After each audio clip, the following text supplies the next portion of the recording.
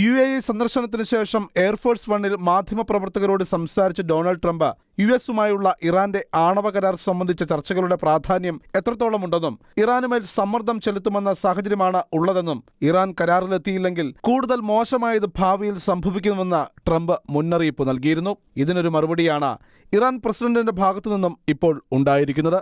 ടെഹ്റാനിൽ നടന്ന ഒരു നാവികസേന പരിപാടിയിലാണ് അമേരിക്കൻ പ്രസിഡന്റ് ഡൊണാൾഡ് ട്രംപിനെതിരെ രൂക്ഷ വിമർശനവുമായി ഇറാൻ പ്രസിഡന്റ് മസൂദ് പെസഷ്കിയാൻ രംഗത്ത് വന്നത്.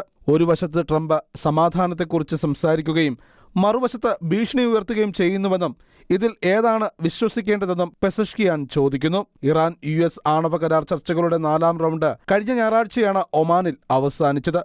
പുതിയ ചർച്ചാ തീയതി ഇതുവരെ നിശ്ചയിച്ചിട്ടുമില്ല. ഈ പശ്ചാത്തലത്തിലും അമേരിക്കൻ പ്രസിഡന്റിന്റെ സൗദി, ഖത്തർ, UAE സന്ദർശനവും നടന്നതിന് പിന്നാലെയുള്ള ഇറാൻ പ്രസിഡന്റിന്റെ പ്രതികരണം തീർത്തും അനൗചിത്യപരമായതാണ് വിദേശകാര്യ വിദഗ്ധർ വിലയിരുത്തുന്നത്.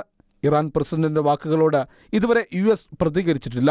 അതേസമയം ഇറാൻ നേടിയെടുത്ത യുറേനിയം സമ്പുഷ്ടീകരണ അവകാശം ഒരിക്കലും ഉപേക്ഷിക്കുന്ന സാഹചര്യമില്ലെന്നും നിയമാനുസൃതമായി പ്രവർത്തിക്കുകയും ചെയ്യുമെന്നും പെസഷ്കിയാൻ ആവർത്തിക്കുന്നു.